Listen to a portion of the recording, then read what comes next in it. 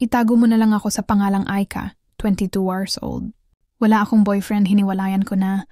Wala naman kasing kwenta eh. Parang ako pa ata ang bubuhay. Ang hirap na nga ng buhay ako pasasagot sa buhay niya. Pero ang nakakamiss lang talaga yung iyot niya. Ayos, madalas nga suki na ako ng site eh.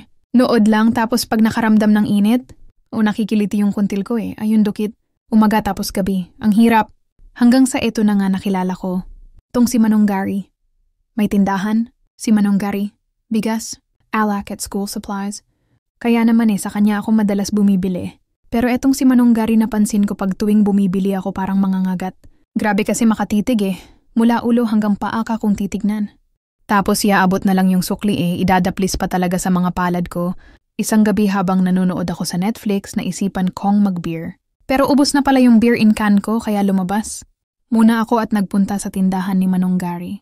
Sakto naman na magsasara na siya kaya imbes na 2 bote ng beer, ginawa ko ng 4 na bote para may stock ako sa fridge.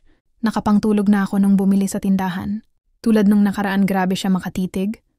Sarado na yung tindahan niya kaya pinapasok niya na ako sa loob at dun ko na lang daw ituro yung mga bibilihin. Bumili ako ng chichirya, candy yellow at 4 na bote ng beer. Hindi ko alam kung hindi sinasadya ni Manong. Gary habang inaabot niya yung chichirya nadunggol niya. Yung kaliwang papaya ko, may kuryente na dumaloy dahil mismong yung corona.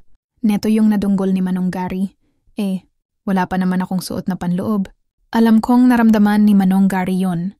Pero patay mali siya lang siya. Nagmadali na ako umuwi dahil baka kung ano pa ang maganap lalo. Hay naku matagal akong tigang. Baka kahit matanda siya patusin ko siya ha ha ha ha.